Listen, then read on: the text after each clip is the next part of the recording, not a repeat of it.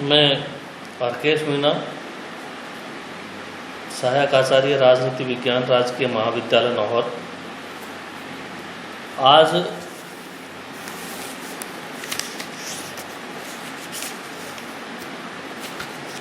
BA part third के राजनीति विज्ञान के फर्स्ट पेपर पाश्चात्य राजनीतिक विचारक में हम प्लेटो के बारे में पढ़ेंगे। आज प्लेटो के न्याय सिद्धांत को समझेंगे कि प्लेटो का न्याय सिद्धांत क्या है। प्लेटो का न्याय सिद्धांत समझने से पहले हमें प्लेटो की जीवनी के बारे में कुछ जान लेना चाहिए।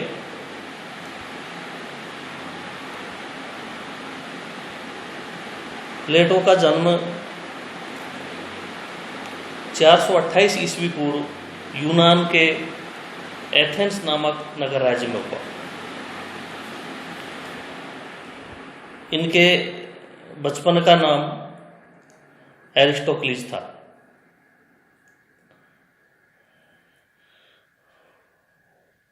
युवावस्था में एथेंस की राजनीति के प्रति इनका झुकाव हुआ, लेकिन उन्होंने वहाँ राजनीति का जो गंदा माहौल देखा, उससे देखकर इनके मन में राजनीति के प्रति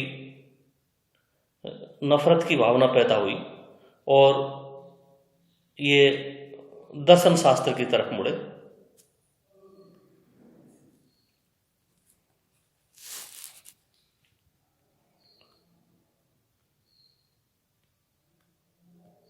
सुकरात इनके गुरु थे। इन्होंने उस अवस्था में स्पार्टा द्वारा एथेंस की पराजय देखी, एथेंस में निरंकुशीय शासन देखा और बाद में वहाँ एक ऐसे लोकतंत्र की स्थापना भी देखी जिसके प्रमुख शासकों ने झूठे आरोप लगाकर, मिथ्या आरोप लगाकर सुकरात जैसे दार्शनिक संत को मृत्युदंड की सजा सुनाई। इन सब बातों को देखकर प्लेटो के मन में व्यवहारिक राजनीति के प्रति घृणा की भावना पैदा हुई और उन्होंने वो ये निष्कर्ष पर पहुंचे कि राजनीतिक जीवन के कष्टों का अंत तभी हो सकता है जब राज्य का राजा एक दार्शनिक व्यक्ति हो।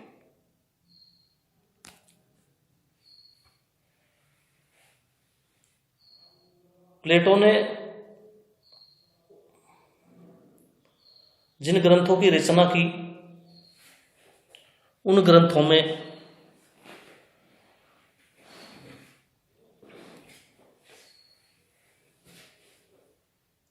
मुख्य रूप से 3 ग्रंथों के नाम हम ले सकते हैं: रिपब्लिक,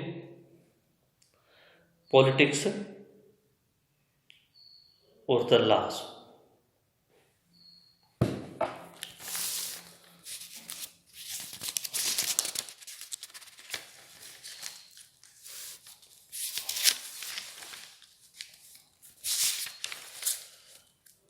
अब हम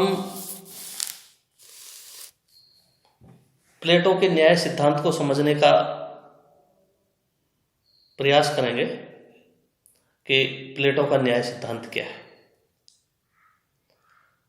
प्लेटो के महत्वपूर्ण जो सिद्धांत है उनमें न्याय सिद्धांत सबसे पहले आता है। और प्लेटो के न्याय सिद्धांत को समझने से पहले हम इस पूरी जो न्यायिक सिद्धांत की थ्योरी है, इसको हम 2 भागों में बांटेंगे। एक प्लेटो का न्याय सिद्धांत जो प्लेटो ने दिया, और एक प्लेटो से पूर्व एथेंस में जो न्याय सिद्धांत की जो न्याय की धारणा प्रचलित थी उनके बारे में हम समझेंगे। तो आज हम इस वीडियो में ये समझेंगे कि प्लेटो से पूर्व एथेंस में किस प्रकार की न्याय की धारणा प्रचलित थी, प्लेटो ने उनका किस प्रकार खंडन किया और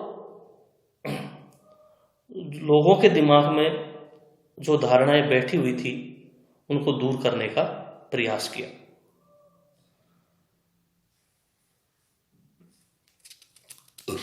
प्लेटो से पहले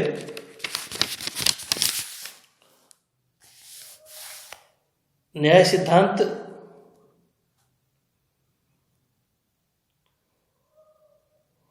को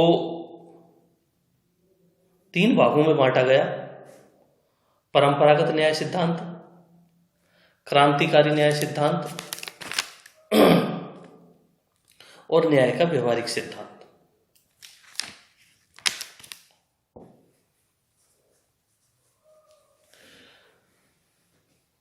परंपरागत न्याय सिद्धांत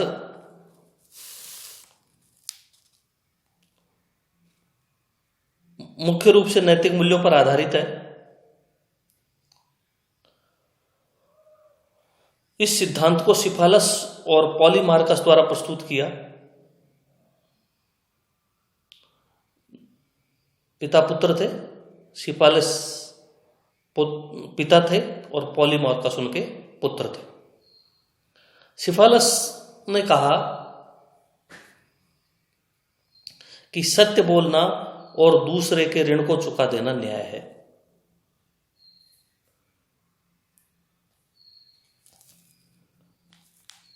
इसी परंपरागत न्याय सिद्धांत की व्याख्या करते हुए उनके पुत्र पॉलीमार्कस ने यह कहा कि न्याय एक कला है जिसके द्वारा किसी व्यक्ति के साथ वही किया जाना चाहिए जिसके वह योग्य है, अर्थात मित्र के प्रति भलाई और शत्रु के प्रति घृणित व्यवहार किया जाना चाहिए। प्लेटो ने इनका खंडन किया।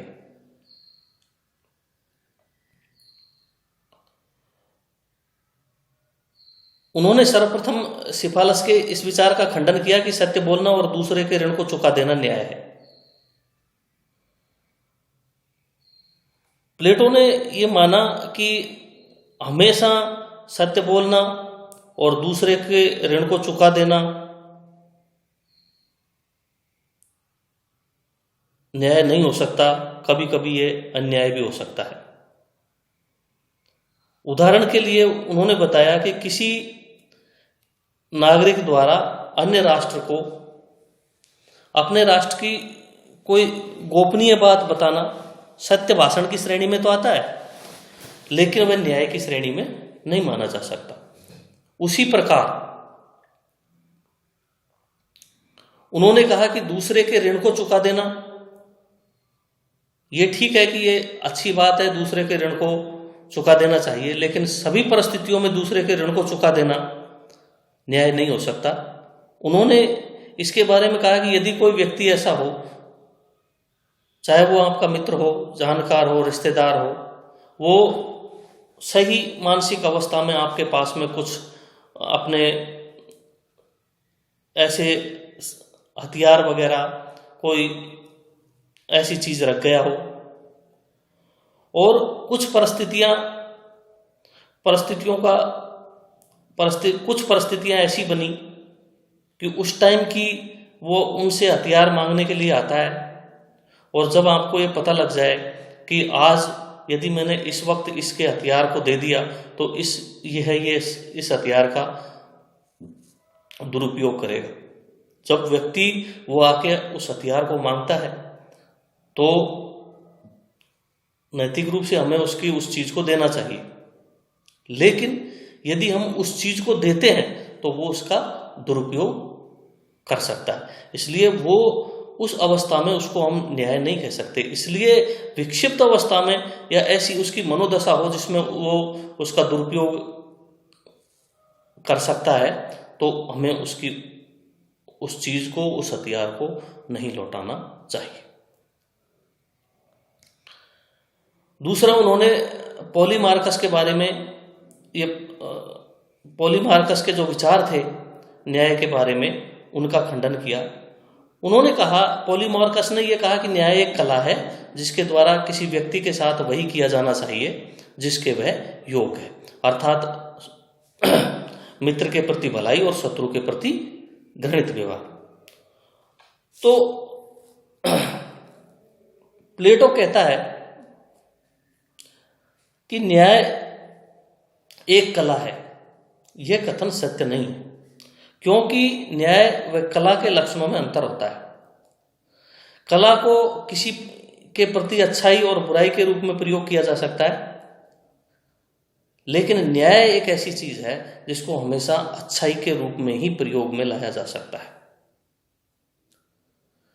दूसरा उन्होंने कहा कि मित्र के साथ मित्रतापूर्ण और शत्रु के साथ शत्रुतापूर्ण व्यवहार करना ही न्याय है। तो पॉलीमार्कस की इस बात का भी प्लेटो ने खंडन किया और उन्होंने कहा है कि अनेक बार आज की इस जटिल सामाजिक परिस्थितियों में अनेक बार हमें यही मालूम नहीं होता कि अमुक व्यक्ति हमारा मित्र है या शत्रु है। बाहरी आचरण से तो कई व्यक्ति ऐसा लगता है कि ये हमारा मित्र है, लेकिन वास्तव में वो हमारा शत्रु होता है।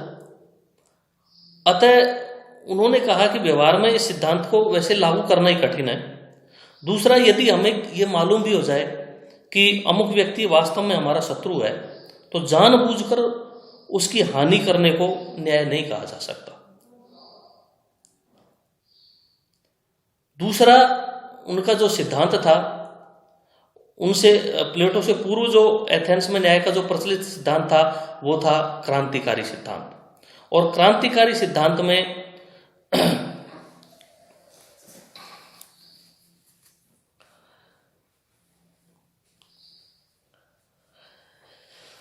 थ्रेसिमेकस नामक एक विद्वान था।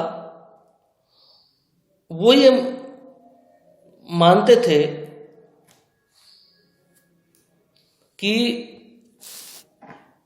शक्तिशाली का हित ही न्याय होता है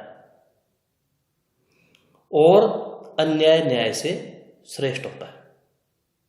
ये क्रांतिकारी न्याय सिद्धांत कहता है। थ्रेसिमेकस का यह मानना था कि शक्तिशाली व्यक्ति कानूनों का निर्माण करते हैं, प्रजाजन से वो इन कानूनों का पालन करवाते हैं तथा इसे वे न्याय कहते हैं और इन कानूनों को विरोध करने वालों को वो दंडित करते हैं। इसलिए थ्रेसिमेकस ने यह कहा शक्तिशाली का हित ही न्याय है। दूसरा, उन्होंने ये कहा कि हमेशा अन्याय न्याय से श्रेष्ठ होता है। इसके बारे में उन्होंने कहा कि यदि मान लो दो व्यक्ति मिलकर कोई व्यापार करते हैं, साझा कोई कार्यक्रम करते हैं, तो उनमें से जो बेईमान व्यक्ति होता है वो हमेशा फायदे में रहता है, क्योंकि वो किसी भी तरह से यन के प्रकार अपना प्रॉफिट ज्यादा कमा लेता है और वो व्यक्ति उसके पास संसाधन ज्यादा होते हैं। इसलिए वो ये मान के चलता है कि अन्याय न्याय से श्रेष्ठ होता है। लेकिन प्लेटो ने इनका खंडन किया। प्लेटो ने कहा न्याय केवल शक्तिशाली का हित नहीं होता।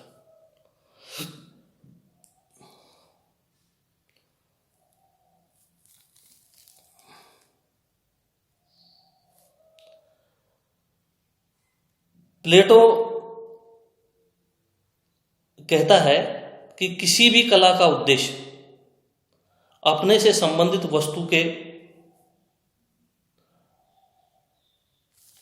जो दोष होते हैं उनका अंत करना है, न कि कलाकार की स्वार्थ सिद्धि करना।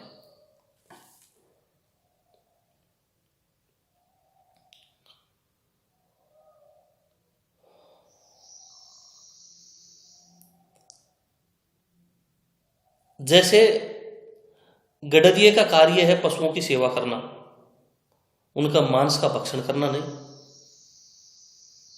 ठीक वो कहता है कि इसी प्रकार की बात जो है शासन की कला पर लागू होती है। इसलिए केवल शक्तिशाली का हित ही न्याय नहीं होता। दूसरा वो कहता है कि अन्याय न्याय से श्रेष्ठ भी नहीं है। क्यों? कि वो कहता है कि अन्यायी व्यक्ति जो होता है वो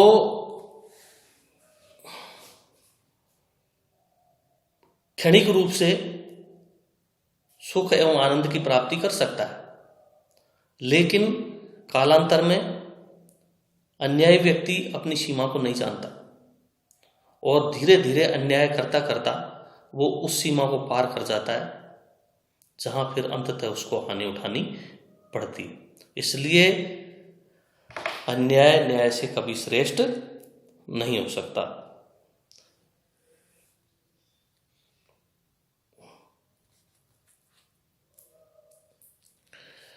तीसरा जो न्याय का सिद्धांत था प्लेटो से पूर्व, वो था न्याय का व्यवहारिक सिद्धांत।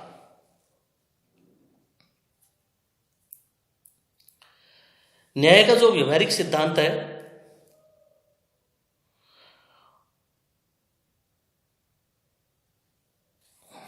उसके बारे में ग्लाउकन नामक एक विद्वान ने यह कहा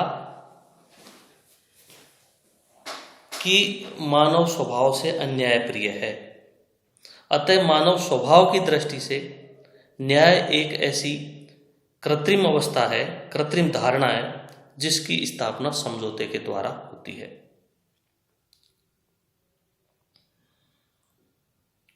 दूसरा वो कहता है कि न्याय भय का शिशु है,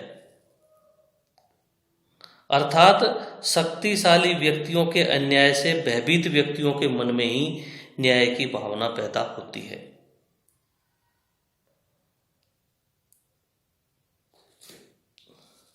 लेकिन प्लेटो इसका खंडन करता है और प्लेटो कहता है कि नहीं, न्याय भय का शिशु नहीं। प्लेटो मानता है कि न्याय मानव आत्मा का गुण है, अर्थात न्याय का निवास स्थान मानव आत्मा है। न्याय मानव के लिए सहज एवं स्वाभाविक है। दूसरा वो कहता है कि न्याय की उत्पत्ति किसी समझौते से नहीं हुई है, बल्कि राज्य व्यक्ति की आत्मा का बड़ा रूप है, और जिस प्रकार न्याय व्यक्ति की आत्मा में निवास करता है उसी प्रकार न्याय राज्य की आत्मा में भी निवास करता है।